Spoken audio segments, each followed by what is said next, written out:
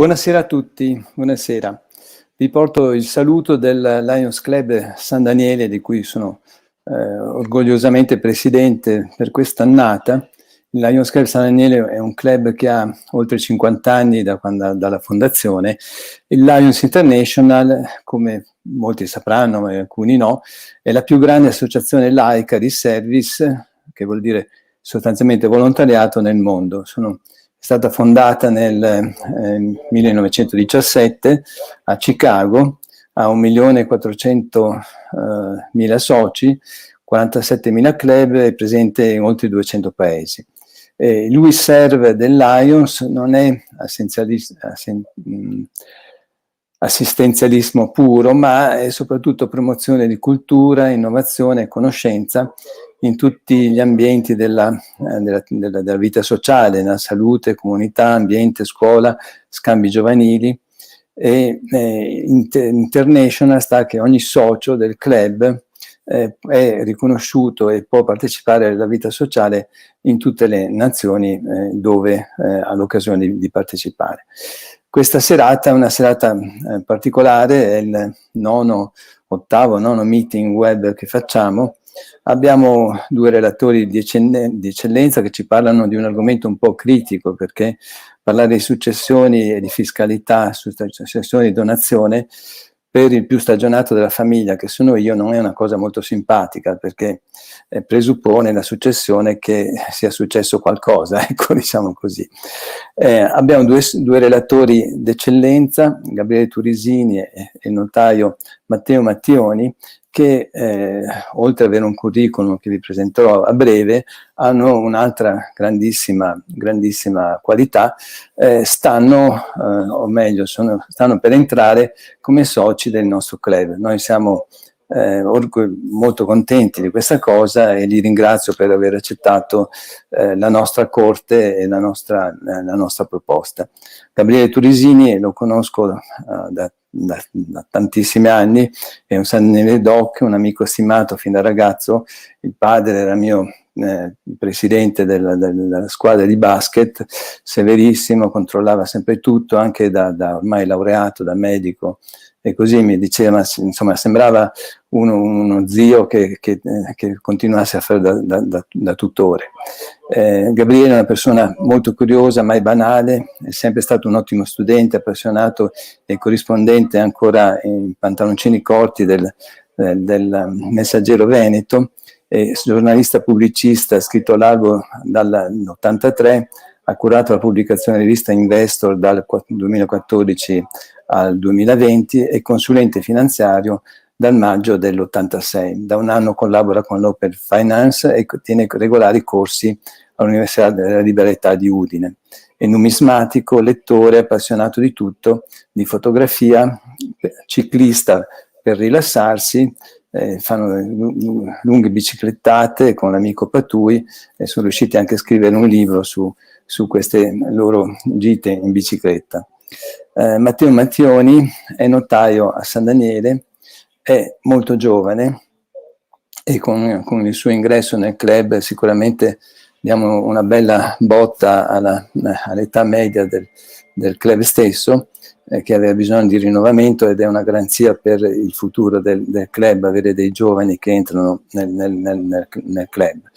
Risiede a San Daniele, fa il notaio a San Daniele, ha fatto la maturità scientifica al Marinelli di Udine, si è laureato in legge, ha fatto poi il master e anche la scuola di notaio, la laurea alla Bocconi e il master alla Bocconi, la scuola di notaio in Lombardia alla Federico Guasti. Ha continuato a collaborare sempre a Milano con la Bocconi e tutor nella scuola di notaio a Pavia.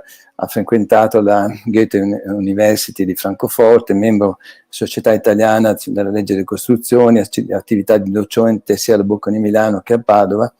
è membro del Collegio del Poli di Villa Confindustria di Udine, fondatore Studio Mattioni, collabora con l'Appello di Milano, attività studio legale Milano e pratica come notaio, è membro di commissioni studi civilistici, Consiglio Nazionale Notariato Roma, insomma una quantità di titoli, oltre ad aver tenuto innumerevoli conferenze, seminari e oltre 40 pubblicazioni, un curriculum che per una persona così giovane sono veramente importanti. Parla 3 lingue oltre all'italiano e una chicca, ha il diploma di pianoforte. Siccome anch'io da ragazzo suonavo pianoforte, questo ci rende ancora più affini.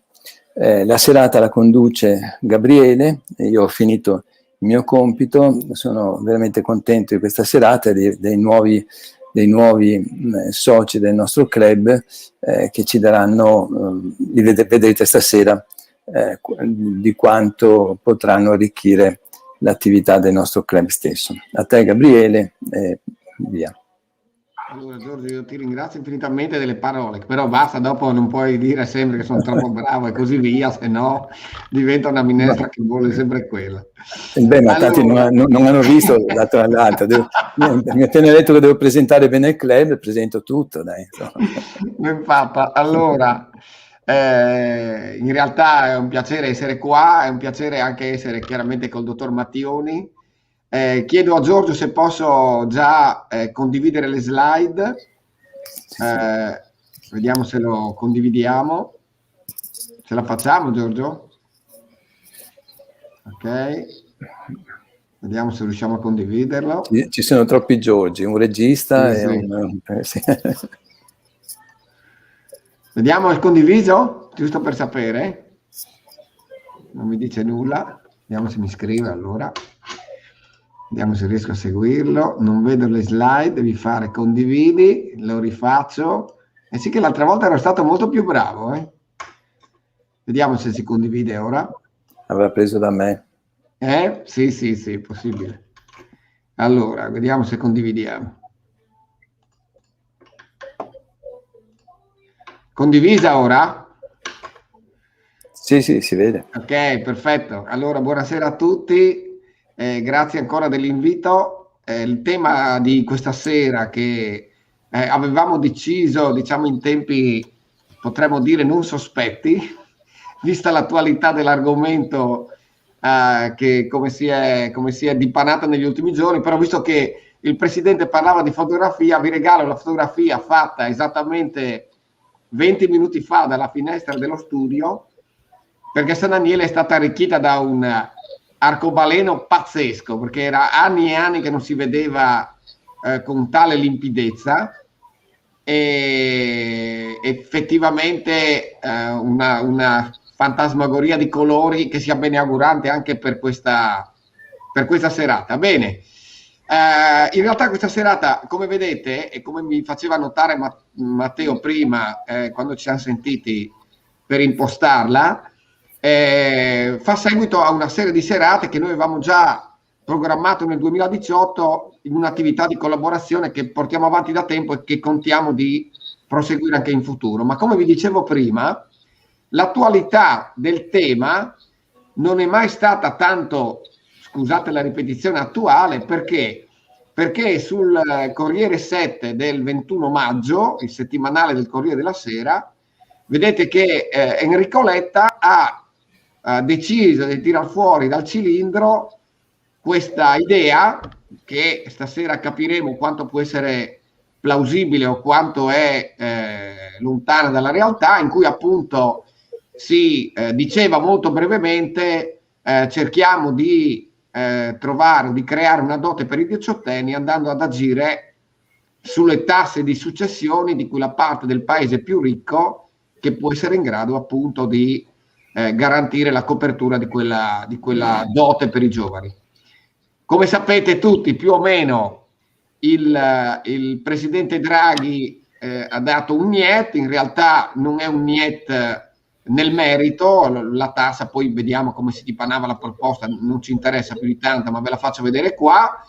La proposta era abbastanza semplice e si distanziava chiaramente da quelle che sono la situazione attuale italiana, che, come abbiamo sempre detto negli incontri che abbiamo fatto, l'Italia in realtà è una sorta di paradiso fiscale a livello di tasse di successione, un vero e proprio paradiso fiscale, perché la proposta Letta in realtà è vero che inaspriva le aliquote, ma manteneva inalterata la franchigia da 1 milione, che ci rende un paese, franchigia vuol dire in pratica quella parte del patrimonio che non viene intaccata poi dalla tassazione, dall'imposta, per cui manteneva comunque una franchigia veramente elevata. Ma al di là di questo, alcune considerazioni che potremmo fare al volo proprio in questo passaggio, rifacendosi alle parole di Draghi, non è assolutamente sbagliato, per cui mai l'argomento di questa sera è importante. Non è il merito di cui si discute, che può essere assolutamente condivisibile, quanto magari il momento che il paese sta attraversando, visto che si è appena incamminato in una ripresa difficile dopo il Covid, ovviamente. È ovvio che questa questione intergenerazionale è presente ed esiste. Io vi ho messo 2 note giusto per contestualizzare la cosa. È chiaro che il problema del reddito ai giovani va affrontato, non tanto io ho scritto una carota, ma non volevo essere così banale, ma non tanto con doti regalate, quanto, senza prescindere ovviamente dal merito, quanto evitando norme pensionistiche che invece, come si sta facendo, gravano proprio sul futuro delle nuove generazioni. Una cosa che vedremo in questa breve introduzione è un dato di fatto: le imposte su successioni e donazioni sono oggi fra le più basse tra i paesi OSCE, ovviamente. Però bisogna dire altrettanto che in Italia, siccome siamo talmente bravi a ingarbugliare le matasse, le imposte su successioni scontano, io vi ho scritto qua, erosioni di base imponibile che generano in realtà distorsioni nell'allocazione del risparmio. Cioè, per bypassare quelle che sono le tasse su successione si sfruttano determinate bolle che sono state create dal legislatore, assicurazioni che in tanti casi non sono solamente assicurazioni protettive ma anche speculative, titoli di Stato, eccetera, eccetera, eccetera.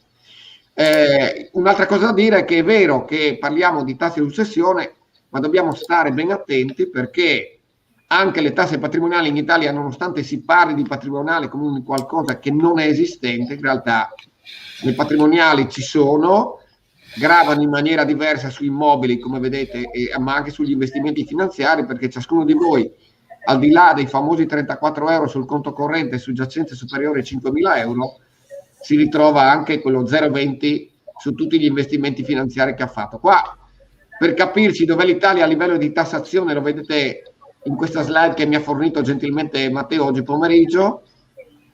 Siamo quelli che a livello di tasse sui profitti sul lavoro, eccetera, i più gravati. In questa slide qua vi aiuta anche a capire un po' tutta la dinamica delle tasse patrimoniali nei paesi OSCE. La pressione fiscale, chiaramente noi partiamo sempre dall'Italia, ovviamente, no? Cioè teniamo in considerazione che noi abbiamo una pressione fiscale superiore al 40%.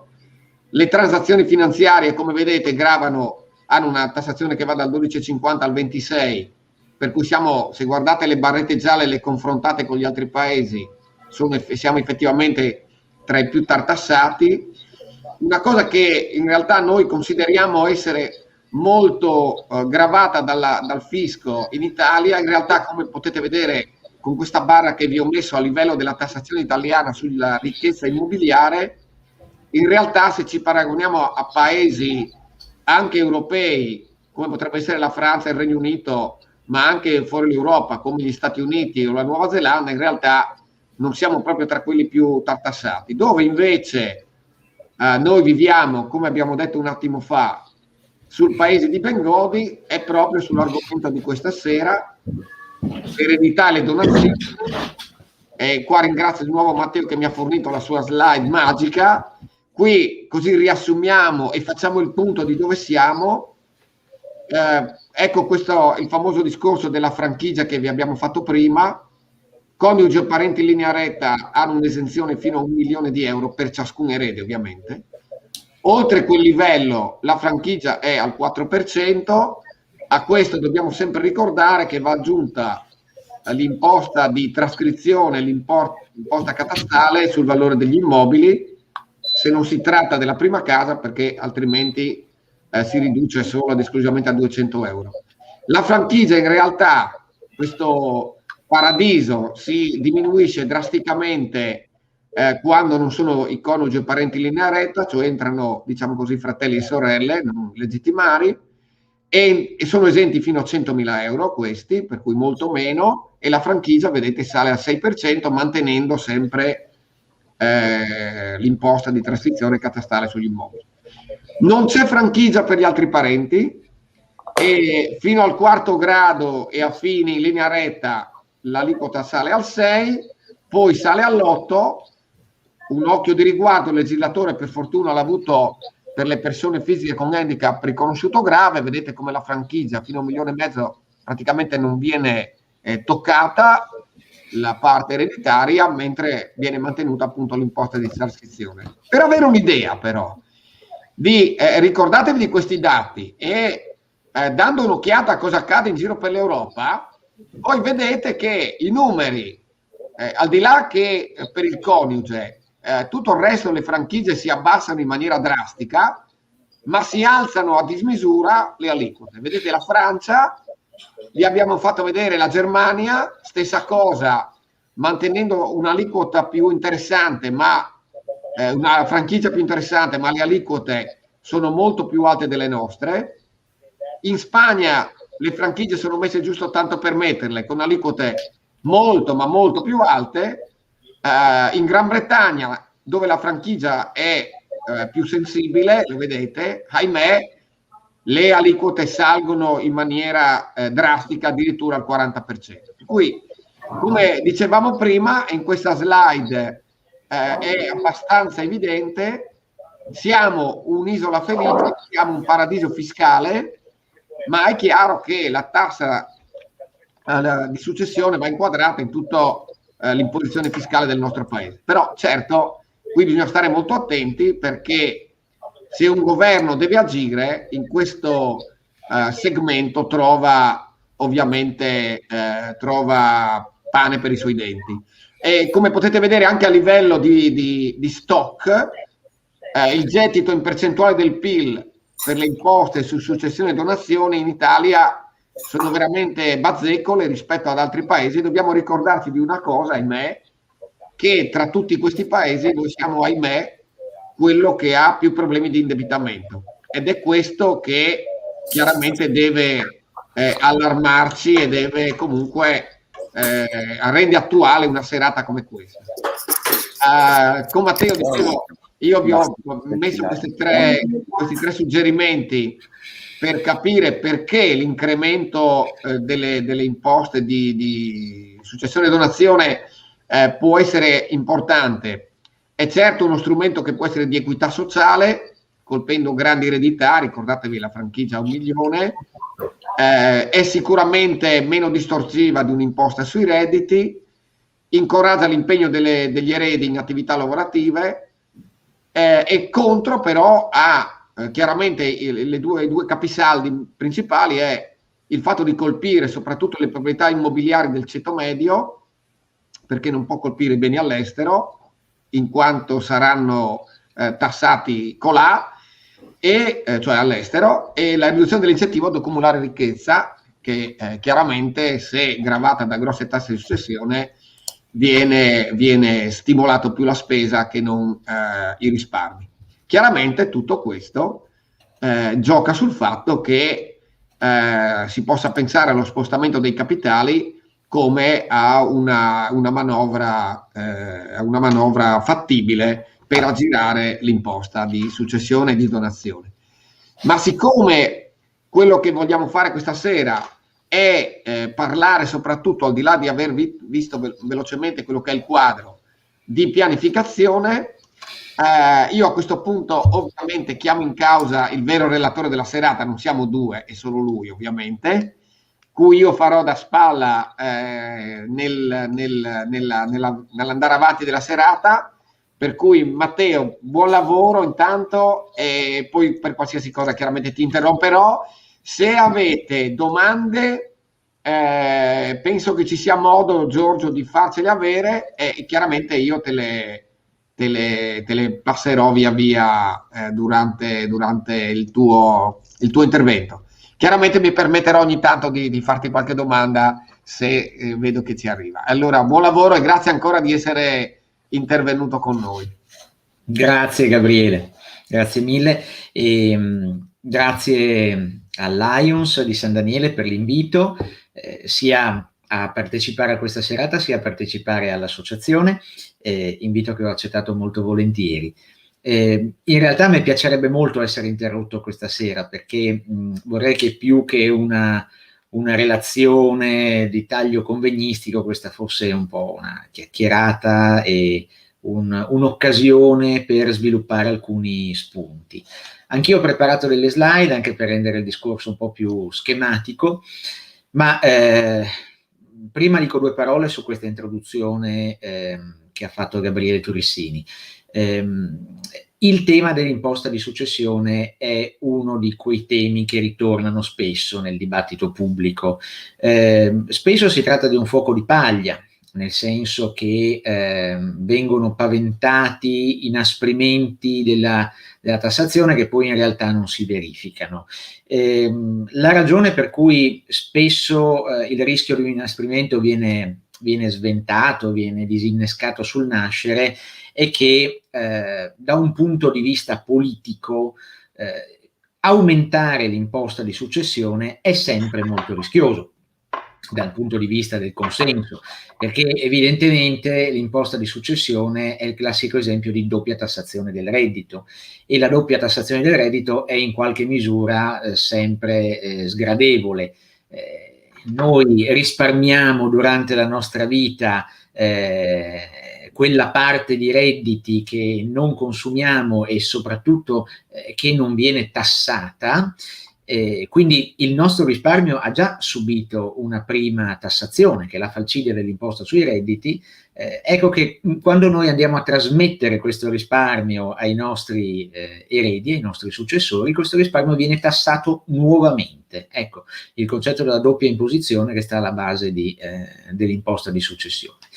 Quindi da questo punto di vista viene considerato un po' suicida per la classe politica aumentare l'imposta di successione. Piuttosto si preferisce magari intervenire sul patrimonio in altro modo, con delle imposte sulla proprietà come l'IMU, o magari con delle patrimoniali di altro tipo, con dei prelievi forzosi una tantum. Però questa volta, diciamo, la proposta assume connotati di serietà maggiori rispetto al solito, e comunque c'è da dire che il panorama dei paesi a noi vicini, che prima Gabriele ci ha ben delineato, non è rassicurante, nel senso che evidentemente restiamo uno dei pochissimi paesi in cui la tassazione è così bassa, almeno in Europa. C'è da dire che nella vicinissima Austria l'imposta di successione è stata abolita, a quanto mi consta, quindi siamo in buona compagnia. Certo è che anche da un punto di vista macroeconomico non possiamo evidentemente paragonarci all'Austria. Allora, il discorso sull'imposta di successione e sui rischi di un aumento funge sempre un po' da stimolo ad affrontare il tema classico della pianificazione successoria. In generale è importante capire quali sono gli strumenti principali per pianificare la propria successione e quali sono i limiti entro i quali possono essere utilizzati questi strumenti. E poi è importante anche capire in che modo possiamo anticipare la nostra successione, non nel senso di come dire, finire la vita in anticipo, ma nel senso di anticipare il passaggio dei nostri beni, di parte dei nostri beni, a quelli che saranno un domani i nostri eredi. Allora, è noto, il principale strumento di indirizzamento della nostra successione qual è? È l'atto di ultima volontà, vale a dire il testamento. Io a questo punto condividerei le mie slide che mi consentono di guidare un po' il discorso che sto per fare. Allora, spero che le vediate tutti quanti. Innanzitutto mi sembra opportuno domandarsi appunto perché fare testamento. Fare testamento è il principale modo che abbiamo a disposizione per evitare che Matteo, scusa, sì? guarda che le slide in questo momento non si vedono, perché devi fare share, Scusate. share in mezzo al monitor. Ok, perfetto. Ecco, adesso si vedono? Perfetto. Benissimo. Le riconosco. Sì, le abbiamo già utilizzate in qualche occasione. In parte le ho modificate, ma in parte no. Allora, dicevo, perché fare testamento? Fare testamento perché se non facciamo testamento, la nostra successione evidentemente non viene decisa da noi, ma viene decisa dai meccanismi di legge. La successione, infatti, se non è regolata dal testamento, è regolata dalla legge. La legge stabilisce la destinazione dei nostri beni. Il testamento, se noi lo facciamo, tendenzialmente prevale sempre sulle regole di legge e quindi diciamo che la successione per testamento, qualora opera in maniera prioritaria, inibisce la destinazione legale dei nostri beni. È anche vero che i due tipi di successione possono tra loro coesistere, nel senso che se io faccio testamento disponendo soltanto di una parte del mio patrimonio, per esempio faccio testamento per assegnare i miei beni immobili, ma non dico niente delle attività finanziarie e dei risparmi, avremo una successione mista sostanzialmente, cioè una successione che in parte sarà regolata dal testamento e in parte sarà regolata dalle norme di legge. Allora, come funziona la successione per legge, anche detta successione legittima? Beh, la successione per legge è una successione a favore dei più stretti congiunti del defunto, che chiamiamo anche de cuius, utilizzando la vecchia espressione giuridica, o in mancanza di congiunti molto stretti, gli altri parenti più prossimi. Quindi vediamo che in prima battuta sono beneficiari della successione per legge il coniuge, i discendenti e solo in mancanza di discendenti, cioè soltanto in mancanza di figli per intendersi, gli ascendenti, vale a dire i genitori. In mancanza o in concorso con questi soggetti, poi lo vedremo più nel dettaglio, ereditano in parte, quantomeno, anche i fratelli e le sorelle o gli altri parenti. Diciamo che il limite del grado di parentela per poter essere chiamati per successione in base alle norme di legge è quello del sesto grado. Adesso non vi annoio su come si contino i gradi della parentela, basta pensare, per avere un'idea della distanza di un parente di sesto grado, che i nipoti dei nostri cugini sono parenti di sesto grado, quindi in mancanza di parenti più prossimi loro potrebbero essere chiamati alla nostra successione. Naturalmente le quote in cui questi soggetti sono chiamati variano a seconda della composizione del nostro nucleo familiare nel momento in cui noi lasciamo il mondo. E quindi se noi lasciamo soltanto il coniuge, per esempio, il coniuge va l'intero. Se noi lasciamo soltanto uno o più figli, a questi va l'intero, da dividere chiaramente per teste, cioè in parti uguali. Se noi lasciamo il coniuge e un figlio, la nostra eredità si divide in due, metà va al coniuge e metà va al figlio.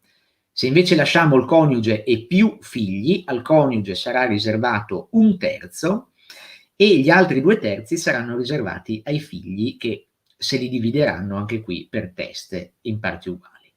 Poi ci sono le ipotesi in cui il coniuge concorra alla successione con i fratelli o le sorelle del defunto. Questo avviene soltanto nel caso in cui chi muore lasci il coniuge ma non lasci figli.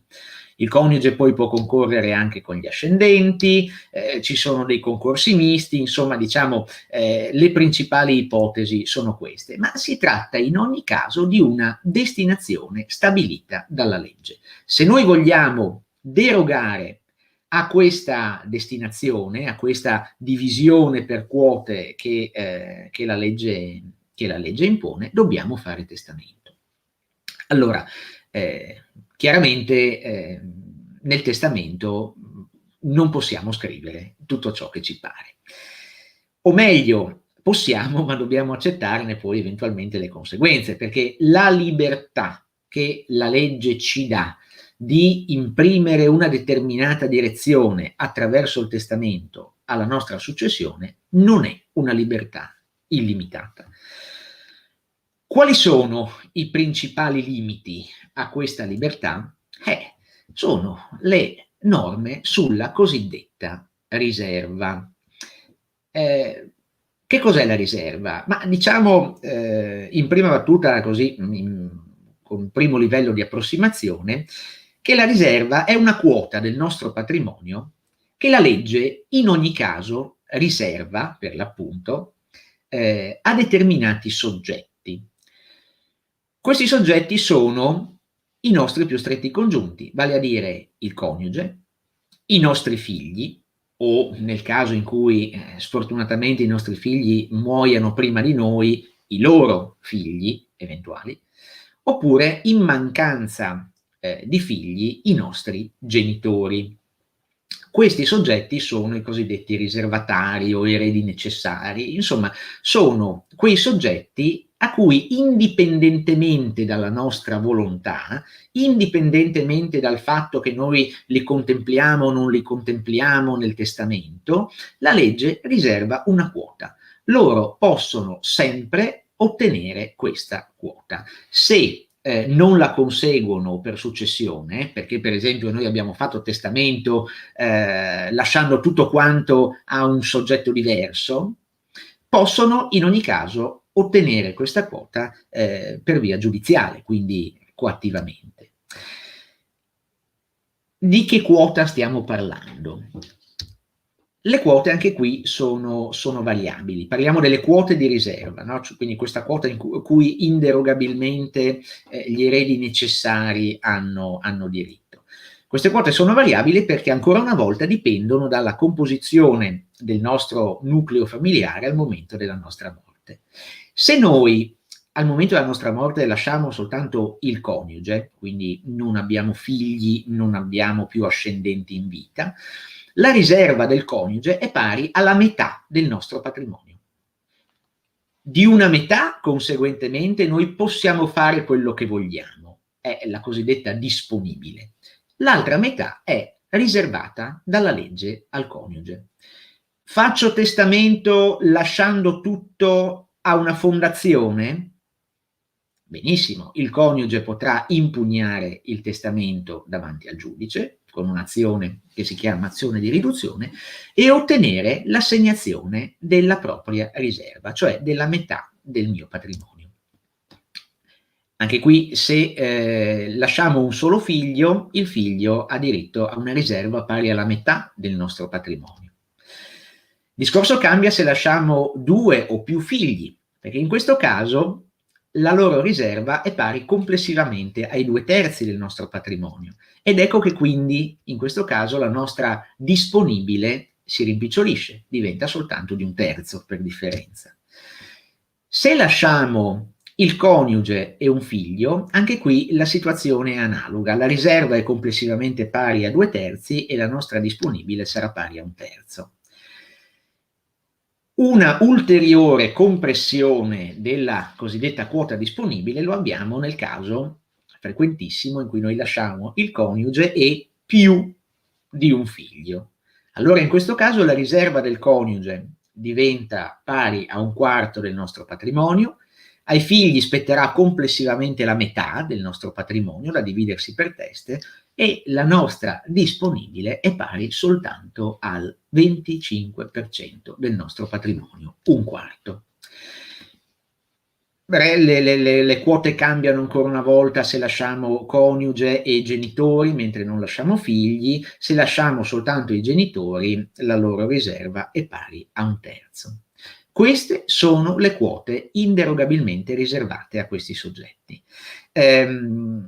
Adesso non stiamo a discutere, perché il discorso ci porterebbe lontano e poi inevitabilmente sarebbe affidato a delle valutazioni personali, se abbia ancora un senso al giorno d'oggi prevedere delle quote di riserva così consistenti.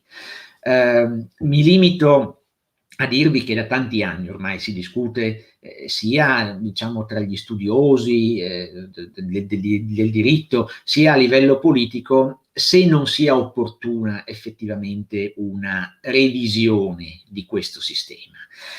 Perché effettivamente a molti fa specie che se una persona ha un coniuge e 2 o 3 figli, possa liberamente disporre soltanto di 1/4 del proprio patrimonio. Questo sembra forse oggi eccessivamente limitativo.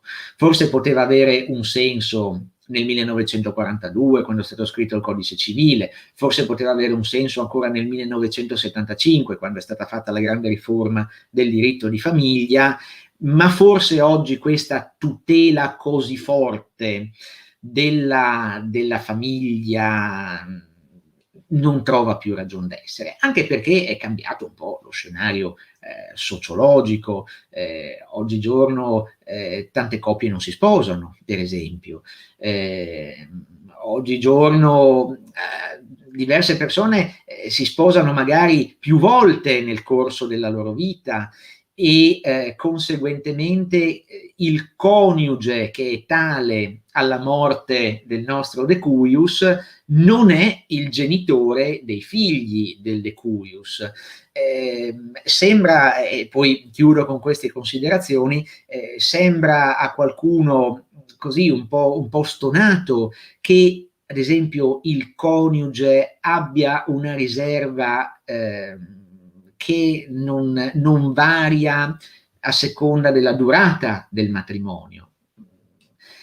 In effetti, voglio dire, la riserva che la legge prevede per il coniuge è la stessa, sia che io mi sia sposato un mese prima di morire, sia che io al momento della morte sia sposato da 50 anni. Ecco, tutte queste considerazioni portano in effetti a dubitare della bontà di questo sistema, cioè della rispondenza di questo assetto normativo alla struttura e agli interessi sottesi alla società attuale. Ma questo discorso purtroppo per il momento lascia il tempo che trova, perché con queste norme noi attualmente dobbiamo fare i conti.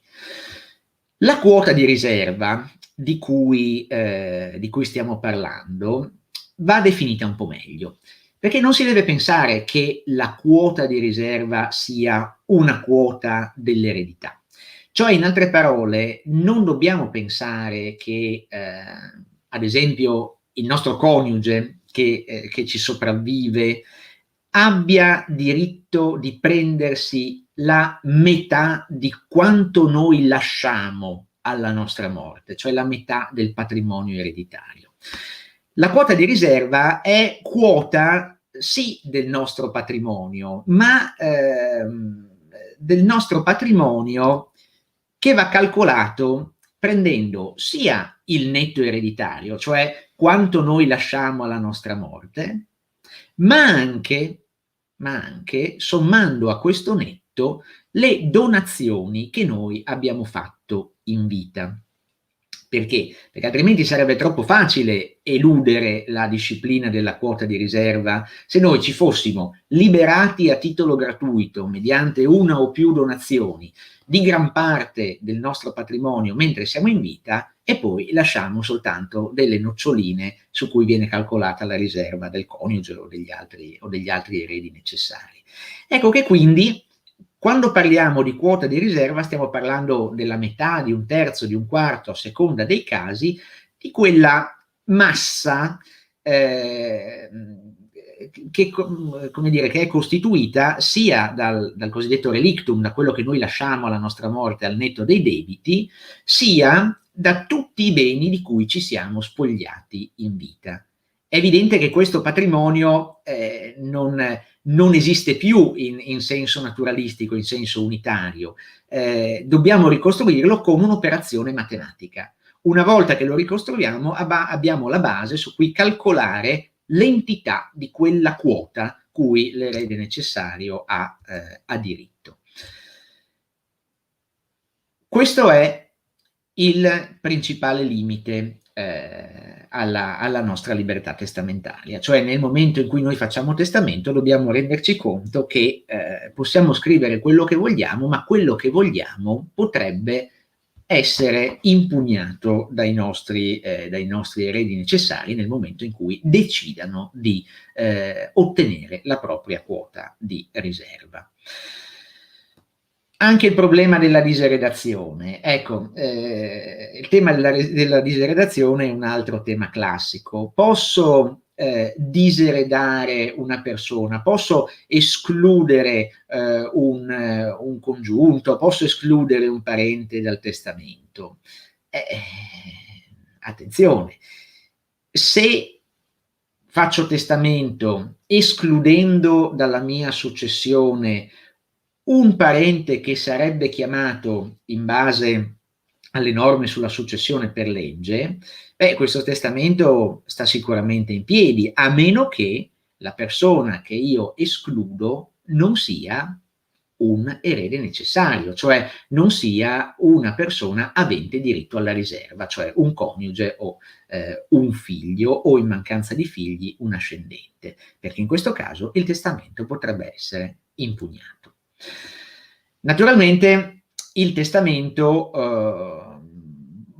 può contenere anche altre disposizioni oltre all'individuazione degli eredi. Il testamento può contenere anche disposizioni di carattere morale, può contenere anche il riconoscimento di un figlio, può contenere innumerevoli disposizioni, però poi dobbiamo anche fare attenzione a quello che è opportuno scrivere e a quello che è opportuno invece non scrivere nel testamento. Per esempio, come si dice sempre, se uno vuole dettare delle disposizioni relative alla destinazione del proprio corpo, alla cremazione, ai funerali, sarà bene non dettare queste disposizioni all'interno del testamento, perché normalmente il testamento è un documento che viene aperto, che viene pubblicato a distanza di qualche tempo dalla morte. È molto difficile che il giorno stesso in cui muore una persona i parenti si presentino dal notaio per pubblicare il testamento. Ecco che quindi tutte quelle disposizioni che sono destinate a valere nell'immediatezza della morte è meglio scriverle da qualche altra parte, è meglio fare uno scritto che si affida magari a uno o più parenti o amici, in modo tale che, come dire, salti fuori tempestivamente nel momento in cui è necessario. Come si fa testamento? Testamento si può fare essenzialmente in due maniere. Ce n'è anche di più, ma i due modi principali sono questi: il testamento olografo e il testamento pubblico. Il testamento olografo è quello che può fare ciascuno di noi in questo momento prendendo un foglio di carta e una penna in mano. Il testamento olografo deve essere scritto interamente a mano, deve essere datato e deve essere sottoscritto. Molto semplice.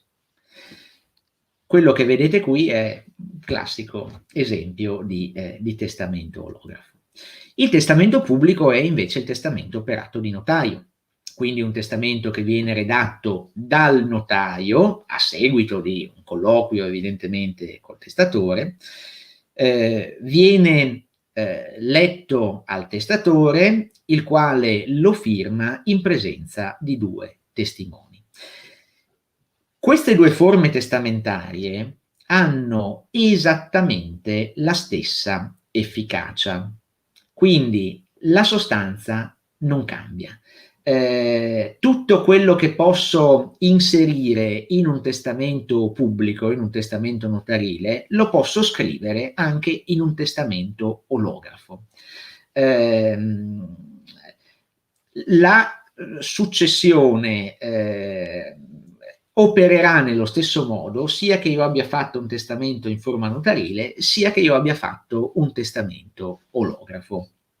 Chiaramente ci sono delle differenze, ma le differenze, come dire, più che da un punto di vista giuridico, si apprezzano da un punto di vista pratico. È chiaro che se prevedo di fare testamento con un contenuto un po' complesso sul quale ho bisogno di confrontarmi con un tecnico, ma molto probabilmente andrò a fare testamento dal notaio per non rischiare di scrivere cose improprie che poi non abbiano l'effetto che io desidero abbiano.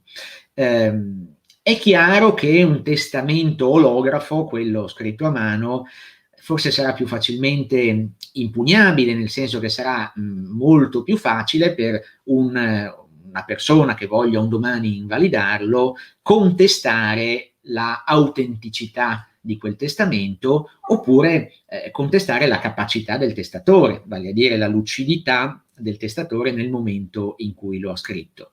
Per contro, testamento per atto di notaio è molto, molto più difficile da impugnare per mancanza di autografia. Bisognerebbe dimostrare che il notaio non aveva accertato l'identità della persona che compariva davanti a lui.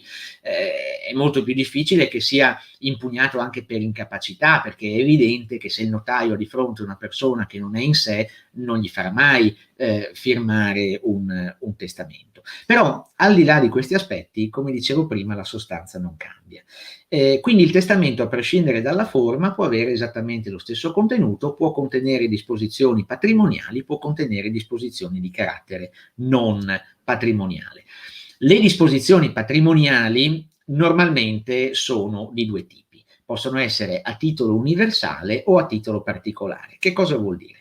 Vuol dire che il testamento è uno strumento che serve sia a nominare degli eredi, che sono appunto detti da un punto di vista tecnico successori a titolo universale, sia a nominare dei legatari. I legatari sono quei successori che non ricevono l'eredità, ma ricevono singoli determinati beni. La differenza è grande tra questi due tipi di disposizioni, perché l'erede o gli eredi sono coloro i quali subentrano nell'intero patrimonio del defunto. Se io scrivo nomino erede mio figlio, l'effetto di quella disposizione è che mio figlio prenderà in blocco tutto quello che c'è nel mio patrimonio, le attività, le passività, i contratti, qualsiasi cosa, anche ciò che io non ho espressamente contemplato nel testamento. Se io invece faccio una disposizione a titolo particolare e scrivo per esempio lascio a mio cugino il quadro che ho in salotto sopra il divano, mio cugino non sarà mio erede, mio cugino tecnicamente sarà un legatario, cioè sarà un mio successore soltanto in quel determinato bene che io gli ho assegnato. La differenza è fondamentale perché evidentemente il legatario, cioè il successore a titolo particolare, non risponderà dei miei debiti, non prenderà nulla di più di quello che io gli ho assegnato per testamento. Torniamo al punto, dopo questo breve excursus sulla forma e sul contenuto del testamento. Se non faccio testamento, che cosa succede? Beh, una cosa l'abbiamo già vista, cioè se non faccio testamento opera la successione per legge e quindi la mia eredità va ai soggetti che la legge stabilisce. Ma se non faccio testamento si verifica anche un'altra cosa, e cioè che i miei eredi per legge saranno eredi pro indiviso, come si suol dire. Vale a dire che ereditano tutto il mio patrimonio in quote astratte, 1/3 al coniuge e 2/3 complessivamente ai figli.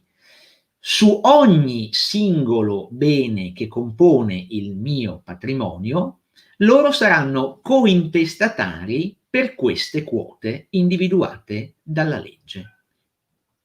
Questo significa che se mai loro vorranno porre fine a questa situazione di indivisione, cioè di comunione ereditaria, dovranno fare la divisione. Se io invece ho fatto testamento e ho già assegnato, come posso fare, i miei beni, alcuni in piena proprietà a un erede, altri in piena proprietà a un altro erede e così via. Una volta pubblicato il testamento, i miei eredi non dovranno fare la divisione, perché io avrò già diviso tra di loro il mio patrimonio. Si troveranno già intestatari esclusivi ognuno delle proprie cose. La divisione ereditaria che cos'è? La divisione ereditaria è quell'operazione giuridica con cui da una situazione di comunione si passa a una situazione di proprietà esclusiva, una spartizione. I coeredi, d'accordo tra di loro oppure in contraddittorio, quindi voglio dire davanti al giudice, si ritroveranno in qualche maniera assegnatari ognuno di qualche cosa. Se i coeredi saranno d'accordo tra di loro, andranno a fare la divisione davanti al notaio e quindi faranno un contratto. Se i coeredi non andranno d'accordo, andranno davanti al giudice e quindi la divisione a quel punto sarà disposta dal giudice con sentenza ad esito di un procedimento civile.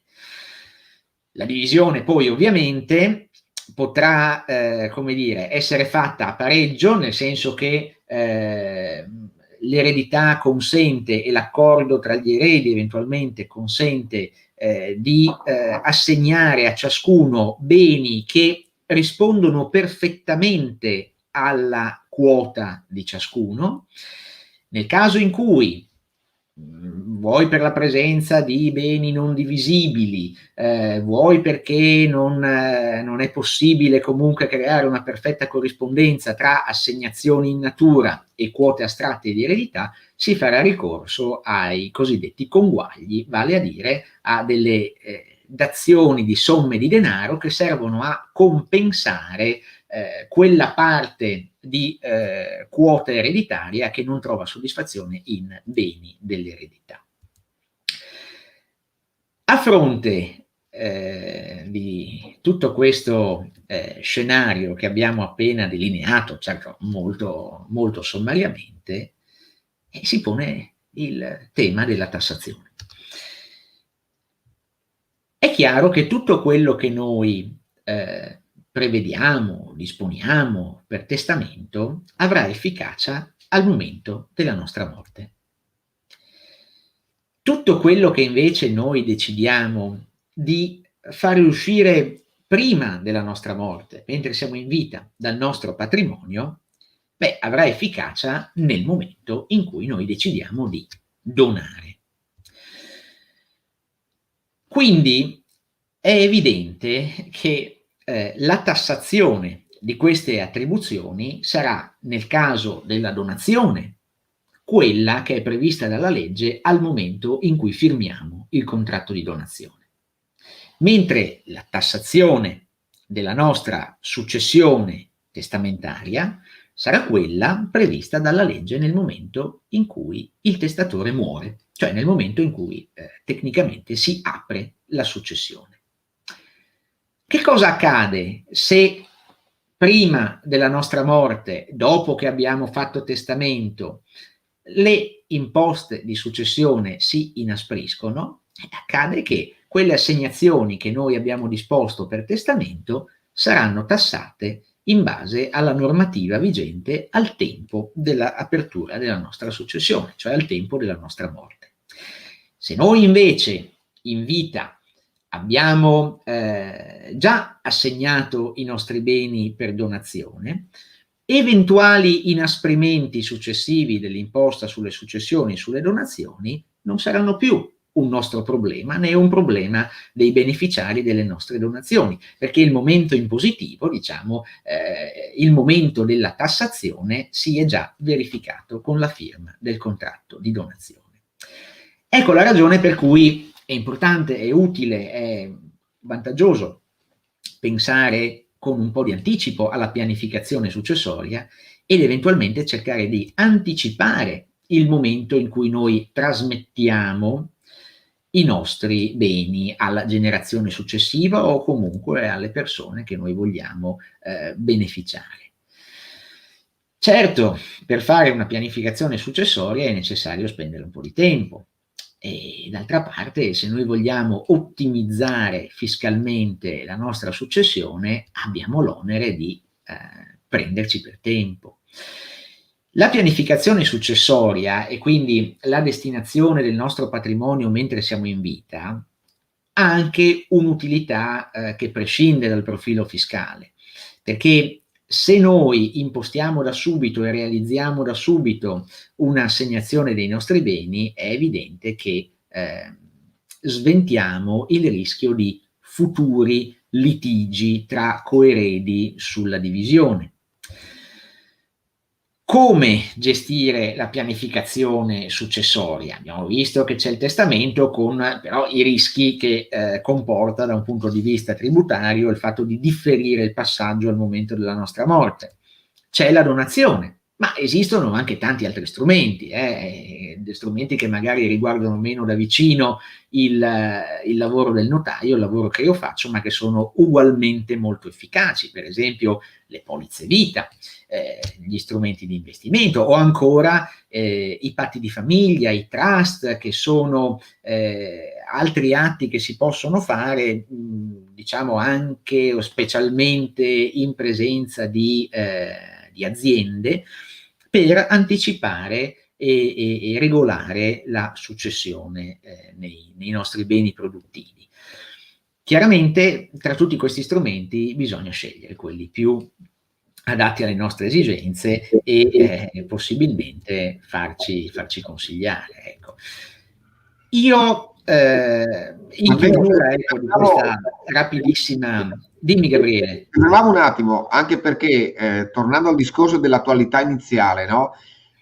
Il fatto che, come avevamo detto in quelle due osservazioni, non si sta discutendo tanto del merito, perché su questo, diciamo così, riallineamento ai cugini europei sarà quasi inevitabile, ma solo nel tempo, e deve essere chiaro ai nostri ascoltatori il passaggio che hai detto prima, cioè se pianifichiamo, ciò che viene pianificato, primo, evita i problemi del pro indiviso, cioè di dover dividere dei beni che diventano difficilmente, scusate la cacofonia, divisibili, ma soprattutto prendere per tempo le cose e pianificare vorrebbe dire evitare qualsiasi tipo di recrudescenza o di inasprimento sia dal punto di vista della franchigia, cioè diminuzione della franchigia, sia soprattutto dell'eventuale inasprimento dell'aliquota. Giustissimo. Questo è importante che capiscano, no? Cioè quel grafico di prima voleva proprio dire questo: ciò che programmiamo per tempo toglie problematiche da un punto di vista anche dei rapporti tra gli eredi, che purtroppo in 35 anni di lavoro anch'io ho vissuto in prima persona, ma soprattutto bypassa quello che potrebbe accadere da un certo momento in poi, quando il governo deciderà di prendere un'altra strada. Scusa se ti ho interrotto. No, giustissimo. Dicevo, in chiusura di questa panoramica, mi assumo il rischio di andare un po' fuori tema, per parlare brevemente anche di un altro tema, come dire, per me molto importante. Non c'è soltanto la pianificazione successoria nel senso di pianificazione patrimoniale con riguardo diciamo, alle generazioni che verranno dopo di noi, che sono come dire, nella linea del tempo successive alla nostra. C'è un problema di dopo di noi anche finché noi siamo in vita, perché specialmente con come dire, l'aumento generalizzato dell'aspettativa di vita, sempre più spesso la vita umana conosce due fasi, vale a dire la fase della piena capacità fisica e psichica di agire e anche invece la fase della quiescenza, cioè quella fase in cui noi siamo ancora vivi ma non siamo più in grado di provvedere autonomamente ai nostri interessi. Questo è un passaggio che viene prima della morte, evidentemente, ma è un passaggio sul quale dobbiamo necessariamente riflettere. In vista della nostra disabilità futura, non solo della nostra, ma anche di quella dei nostri familiari, dobbiamo in qualche maniera prepararci. Allora, questo è un discorso che è giusto fare a tutte le età, ma specialmente, insomma, quando si va verso la terza età, no? Il fatto di rilasciare una procura generale ai figli, al coniuge, a una persona di fiducia è importante, perché ci permette di avere in qualsiasi momento, anche in caso di futura sopravvenuta incapacità di provvedere anche alle piccole incombenze quotidiane, un sostituto giuridico, cioè una persona che può firmare per noi al nostro posto nel nostro interesse. Se noi non provvediamo a rilasciare una procura generale, c'è comunque modo poi di provvedere, attraverso però un istituto di tutela della persona, come l'amministrazione di sostegno, l'interdizione o l'inabilitazione. L'amministratore di sostegno chi è? È un sostituto giuridico di una persona che si trova in stato di incapacità fisica o psichica, sostituto che viene nominato dal giudice tutelare e che opera sotto il controllo del giudice. L'amministratore di sostegno noi possiamo addirittura designarlo in anticipo, come dire, in previsione nell'eventualità della nostra futura incapacità. Teniamo anche conto che tutti questi bei discorsi che ho fatto prima sulla possibilità di fare una donazione, sulla possibilità di fare testamento, sono discorsi su cui inevitabilmente incide la nostra eventuale futura disabilità. Perché nel caso in cui noi ci troviamo in una condizione di incapacità fisica o psichica, fare atti come il testamento, come la donazione, potrebbe obiettivamente diventare un problema. Proprio per questo è importante portarsi avanti e fare qualche pensiero anche per, diciamo, l'ultima fase della nostra vita. La disabilità fisica e la disabilità psichica aprono certamente scenari in parte diversi, perché finché la nostra disabilità è soltanto fisica, non riusciamo a camminare, non riusciamo a firmare, tendenzialmente non c'è problema, troviamo sempre il modo di disporre, di compiere atti giuridici. Il problema si ha nel caso in cui versiamo in una condizione di disabilità psichica, perché a quel punto diventiamo, da un punto di vista giuridico, incapaci di disporre validamente del nostro patrimonio. Quando poi l'incapacità, diciamo l'infermità psichica diventa qualcosa di permanente, di conclamato, questa può portare appunto all'attivazione di una di quelle misure di tutela come interdizione, inabilitazione e dal 2004 l'amministrazione di sostegno, che ora è diventata, diciamo, nella prassi giudiziaria come dire, la soluzione principale, ecco, quella a cui si fa riferimento di preferenza. Ecco, la procura generale è importante soprattutto in vista di una nostra disabilità fisica. Il fatto di non poter più uscire di casa, il fatto di non poter andare in posta per ritirare una raccomandata, il fatto di non poter andare in banca per firmare un ordine di bonifico, può diventare un ostacolo insormontabile in molti casi. Ecco perché è importante aver nominato un nostro sostituto, aver delegato un procuratore generale. Lo si fa con un atto notarile semplicissimo, che richiede veramente un tempo minimo, con un costo veramente irrisorio, perché si paga un'imposta fissa di registro, un bollo da 45 euro, e effettivamente consente al fiduciario o ai fiduciari che abbiamo nominato di agire per nostro conto, rendendo conto a noi e soltanto a noi del loro operato. Quindi da un lato è chiaro che non daremo una procura generale a persone di cui non ci fidiamo ciecamente, ma dall'altro è notevole il vantaggio di avere un sostituto che opera di fatto liberamente, cioè rendendo conto di quello che fa soltanto a noi, e che non deve, come dire, rendere conto al giudice di ogni cosa che fa, che non deve chiedere al giudice l'autorizzazione per qualsiasi cosa che va a fare. La procura la si utilizza così, semplicemente esibendone una copia autentica. Possiamo revocarla in qualsiasi momento, ma è chiaro che possiamo farla finché siamo lucidi, cioè finché siamo capaci. Ecco, è importante però dire che ci sono degli atti che in ogni caso non potremo mai fare a mezzo di un procuratore generale, e questi sono quelli che i giuristi chiamano atti personalissimi. Tra questi atti ci sono la donazione e il testamento, di cui abbiamo parlato fino a poco fa.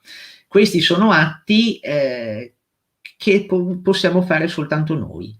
Il nostro procuratore generale non può firmarli al nostro posto, il nostro amministratore di sostegno non può firmarli al nostro posto, possiamo farli solo e soltanto noi, e pertanto è importante pensarci finché siamo in grado di farlo. Ricordiamoci sempre che la disabilità puramente fisica non rappresenta un impedimento giuridico. Se non possiamo uscire di casa, se non possiamo materialmente firmare un documento, il notaio verrà da noi e la donazione o il testamento si potranno fare lo stesso, ma il ruolo del notaio a nulla può nel momento in cui la nostra incapacità diventa psichica. A quel punto l'unica cosa che si potrà fare sarà andare dal giudice e chiedere la nomina di un amministratore di sostegno, ma donazione e testamento non saranno più atti che possono essere compiuti per nostro conto. Io credo di avere esaurito un po' i temi di cui avevo voglia di parlare, e chiudo, diciamo, invitando tutti quanti a fare una bella riflessione, per quanto faticosa, per quanto magari anche dolorosa, sulle cose che ci siamo detti, perché è davvero importante da questo punto di vista, e sotto moltissimi aspetti prendersi per tempo. Allora Matteo, intanto ti ringrazio, perché la chiarezza, scrivevo a Giorgio prima, ribadivo quando spieghi, veramente c'è una chiarezza esemplare. Però adesso io ho due domande da farti, due domande che facciamo un attimo un passo indietro. È una domanda molto concreta. Allora, coppia di coniugi ha un figlio minore e chiede, uno dei presenti: potrebbero intestare la casa al figlio minore, casa che vogliono acquistare al mare, così da evitare in futuro le tasse di successione, cioè facendo di fatto una donazione ed eventualmente tenersi per loro l'usufrutto per ora, cioè donando la nuda proprietà in pratica, o acquisendo la nuda proprietà. Sì, possono sicuramente farlo. Teniamo conto però di una cosa, che il figlio minore è un soggetto giuridicamente incapace, e quindi il figlio minore non può presentarsi con i genitori davanti al notaio e firmare per accettazione una donazione. Il figlio minore deve essere rappresentato dai genitori o da un curatore speciale che viene nominato dal giudice, e soprattutto, prima di compiere un atto di straordinaria amministrazione, come appunto è ricevere una donazione, serve l'autorizzazione del giudice tutelare. Tutti gli atti di straordinaria amministrazione che si rende opportuno compiere per un incapace, come un minore, devono essere autorizzati dal giudice. Questo perché la legge vuole che ci sia un controllo di un'autorità terza, indipendente rispetto agli interessi familiari, sugli atti giuridici più importanti che vengono compiuti in nome di un minore. Quindi questi genitori, prima di poter andare dal notaio a fare questo atto, dovranno fare un ricorso al giudice tutelare, spiegando al giudice tutelare che si tratta di un'operazione sicuramente vantaggiosa per il minore, perché va ad incrementare il suo patrimonio, tra l'altro con un potenziale risparmio fiscale, e a questo punto il giudice tutelare, se lo ritiene, normalmente lo ritiene, con un suo decreto autorizzerà il minore, diciamo, ad accettare la donazione. Poi nel caso in cui la donazione provenga dai genitori, molto probabilmente il giudice nominerà un curatore speciale che venga all'atto in nome del minore a firmare al suo posto. Attenzione sul discorso più in generale di intestare dei beni ai minori. È sicuramente una buona cosa, ma bisogna essere molto consapevoli che una volta che noi intestiamo dei beni ai nostri figli, quei beni non sono più nostri. Anche se il nostro figlio è minore, anche se noi abbiamo l'usufrutto legale sui beni di nostro figlio, il suo patrimonio è distinto dal nostro.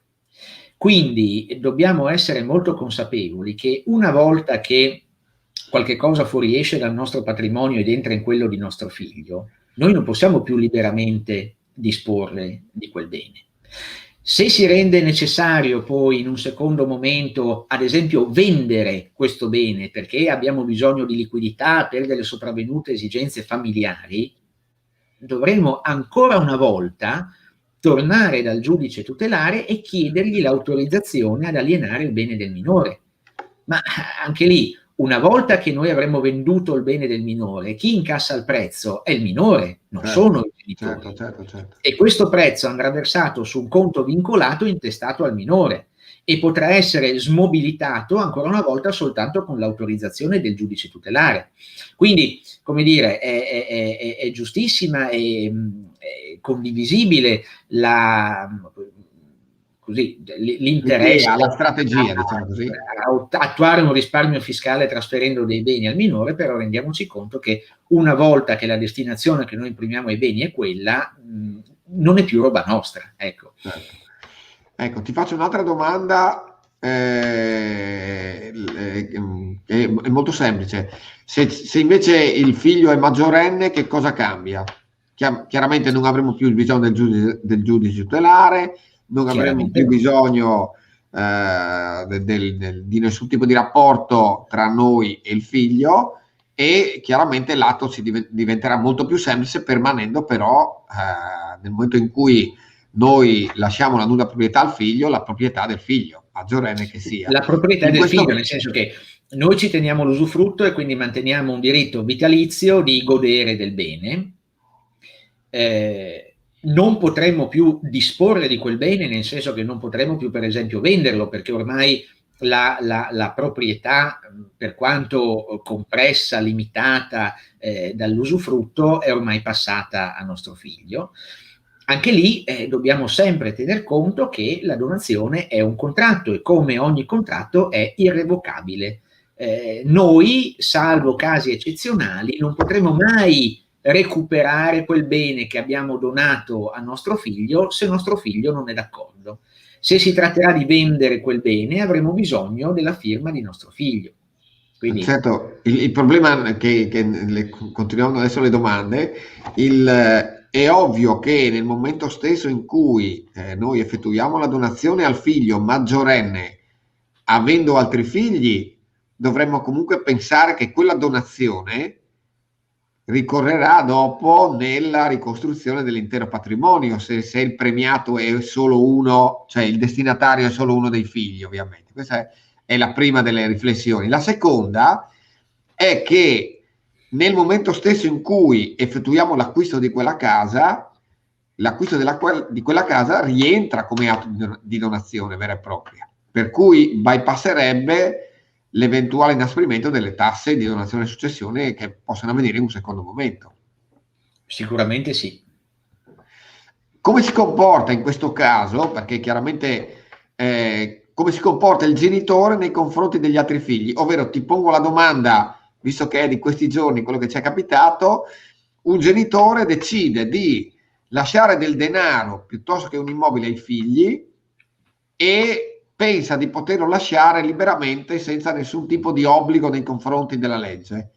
Cioè decide liberamente che uno di questi figli riceva del denaro come atto liberale del genitore, no? Come un bonifico normale bancario. Ecco, cos'è che impatta in tutto quello che è invece l'ordinamento che dopo deve esserci all'interno di tutto il processo del riequilibrio dell'eredità? Anche lì un po', come dire, partiamo dal discorso che abbiamo fatto prima, cioè tutti gli atti di disposizione a titolo gratuito del nostro patrimonio, cioè tutte le donazioni, rilevano poi in sede successoria, nel senso che nel momento in cui ognuno dei nostri eredi necessari fa i conti per vedere se effettivamente ha conseguito interamente la sua legittima, deve tener conto di tutte le donazioni che noi abbiamo fatto in vita, tenendo conto del fatto che la nostra disponibile è una quota limitata del nostro patrimonio. Quindi se nel momento in cui noi moriamo lasciamo, classico caso, il coniuge e 2 figli, noi, come dire, possiamo disporre liberamente soltanto di 1/4 del nostro patrimonio. Che cosa significa in termini concreti? Che 1/4 del nostro patrimonio è lo scarto massimo della disparità di trattamento che possiamo legittimamente attuare tra i nostri figli.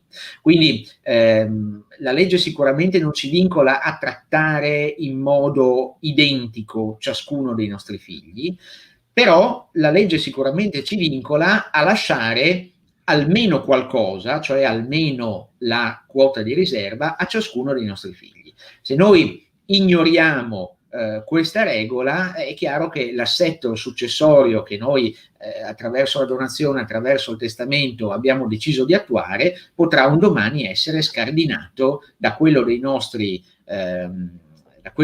legittimari che decida di far valere il suo diritto alla riserva. Certo. Quindi dobbiamo stare attenti, ecco, nel momento in cui abbiamo più legittimari, a non eccedere nel dare troppo a uno e poi lasciare troppo poco per un altro. Ecco, poi l'altra domanda è successione e donazioni. Per quanto riguarda il sistema giuridico italiano, giuridico e fiscale, hanno lo stesso tipo di impatto, non cambia assolutamente nulla tra l'atto di donazione o l'atto di successione o l'eredità, insomma. No, beh, diciamo che l'imposta è la stessa. Esatto. Il testo unico prevede sostanzialmente le stesse regole per la successione e per la donazione. Anche il discorso delle franchigie è unitario, nel senso che quando, come giustamente tu hai detto in apertura, abbiamo una franchigia fino a 1 milione di euro non si paga imposta di successione e donazione tra genitori e figli. L'erosione di quella franchigia avviene già con le donazioni che noi facciamo e l'erosione di quella franchigia attraverso le donazioni rileverà poi in sede di tassazione del passaggio per successione. Certo. Le tasse sono sempre quelle. Tenendo conto che tutte le donazioni fatte ora pensandoci erodono una franchigia di 1 milione che potrebbe essere chiaramente diminuita in futuro. Ecco, ti faccio un'altra domanda che riguarda invece le assicurazioni sulla vita, ovvero se un genitore programma di creare degli investimenti con un'assicurazione sulla vita che abbiano beneficiare i figli in maniera più o meno analoga come importo,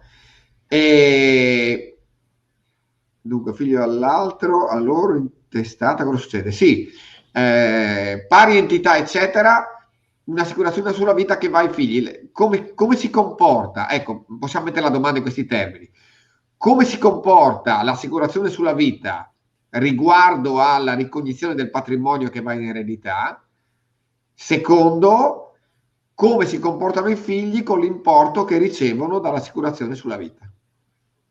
Allora, diciamo intanto una cosa: il premio che noi paghiamo alla società di assicurazioni per assicurare ai nostri figli questo capitale garantito al momento della nostra morte esce immediatamente, definitivamente dal nostro patrimonio. Il capitale assicurato che i nostri figli conseguono al momento della nostra morte non fa parte della nostra successione. È un diritto che i figli hanno direttamente quali beneficiari di un contratto nei confronti della compagnia di assicurazione. Quindi il pagamento del capitale assicurato è un fenomeno estraneo alla successione. Oggetto di successione è quello che è nel nostro patrimonio al momento della nostra morte, non come dire, un beneficio contrattuale di cui noi abbiamo creato i presupposti pagando dei premi nel corso della nostra vita. Dopodiché è evidente che ciò che noi paghiamo per alimentare un'assicurazione che andrà un domani a beneficio dei nostri figli è comunque in qualche maniera una liberalità, seppure indiretta, che noi facciamo ai nostri figli. E quindi ha un rilievo dal punto di vista successorio perché quei premi che noi abbiamo pagato un domani potrebbero essere conteggiati nel momento in cui i nostri figli vanno a fare la divisione ereditaria. Non voglio scendere troppo nel tecnico, ma in sede di divisione, cioè nel momento in cui i figli si spartiscono l'eredità, salvo eccezioni, i nostri figli sono tenuti, gli uni nei confronti degli altri, a fare i conti anche sulla base di quello che hanno già ricevuto. E quello che hanno già ricevuto non è soltanto quello che hanno avuto per donazione, ma anche quello che hanno avuto più in generale a titolo gratuito, in ragione di esborsi che il genitore ha fatto in loro favore. Tra questi esborsi rientrano sicuramente anche i premi pagati per un'assicurazione sulla vita. Certo.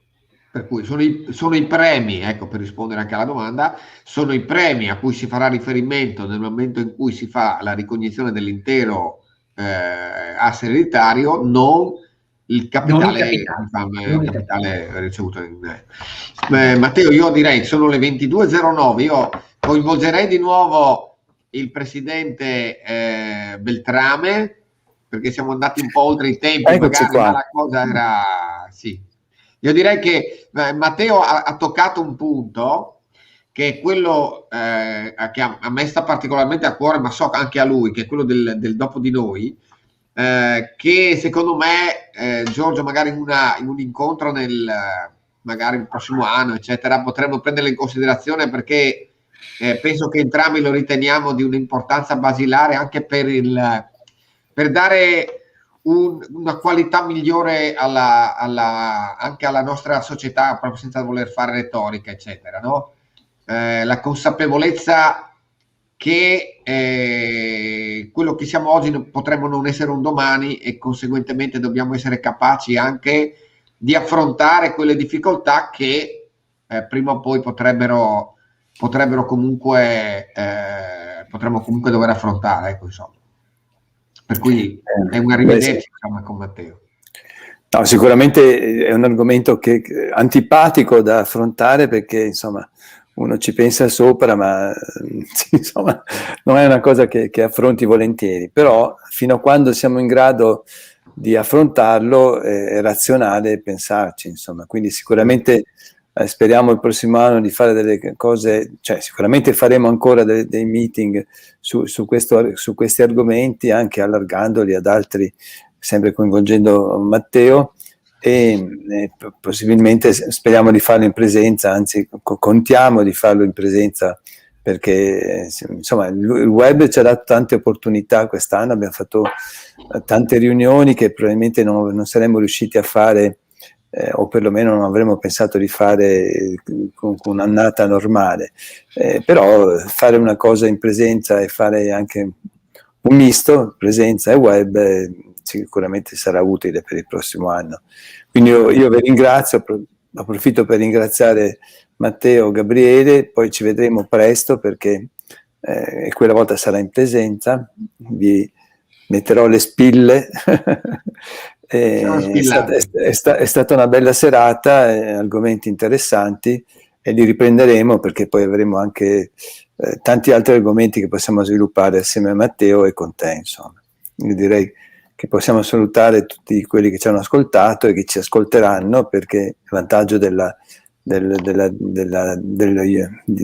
web è che lo puoi rivedere, per cui sì, lo streaming è fondamentale. I presenti di una serata dopo diventano, si triplicano, quadruplicano, insomma aumentano di giorno in giorno, insomma. I prossimi meeting cercheremo di farli tutti così, cioè facciamo una parte in presenza, però anche registriamo, e così se uno quella sera non può essere presente ci segue in altre occasioni. Possiamo dire già del prossimo, Giorgio, il prossimo meeting? Ah, certo. Giugno? Sì, per non perdere il vizio di trovarsi. Sì, abbiamo un altro meeting, annuncialo tu, il 17 giugno, con il professor Ametrano, no? della Bicocca, l'ho sentito l'altra sera, era su Zapping, mi sembra. Zapping. Parleremo dei soldi nel materasso, mi sembra, no? Cioè, no, esatto. Le criptovalute. Sì, Ferdinando Ametrano è, penso, la persona in Italia che ha il maggior know-how sul Bitcoin e le criptovalute, ma il tema della serata che abbiamo scelto assieme era non tanto il Bitcoin come argomento di speculazione o argomento di moda, diciamo, ma volutamente il rapporto che c'è tra Bitcoin e la moneta, perché quello in cui dobbiamo entrare in sintonia è questo mondo parallelo in cui il Bitcoin si pone come la prosecuzione di tutto ciò che è stata la moneta fino diciamo così, dagli inizi dell'utilizzo della moneta. Per cui sì, penso sarà una bella serata, anche perché lui è veramente un istrione da un punto di vista anche di relazione anche col web, se non riusciamo a farlo in presenza. No, certo, questo lo facciamo casomai, appunto abbiamo tutta la prossima annata ancora, certo. E poi avremo ancora tanti anni, insomma. Abbiamo uno che ci ha abbassato la media di almeno 5 anni. Anche di più. Bene, molto bene, è stata una serata interessante, anche se l'argomento era appunto non impegnativo, insomma, è un argomento che bisogna affrontare. Ognuno di noi si è organizzato un po', ma abbiamo avuto delle notizie ulteriori e approfondiremo ancora su altri aspetti, non solo quelli economici in futuro. Grazie Matteo, grazie Gabriele, e grazie anche alla regia che ci ascolta. Certo, grazie a Giorgio, ci supporta sempre. Sì, ci vediamo il 17 giugno, sempre alla stessa ora. Buona serata a tutti. Grazie a voi.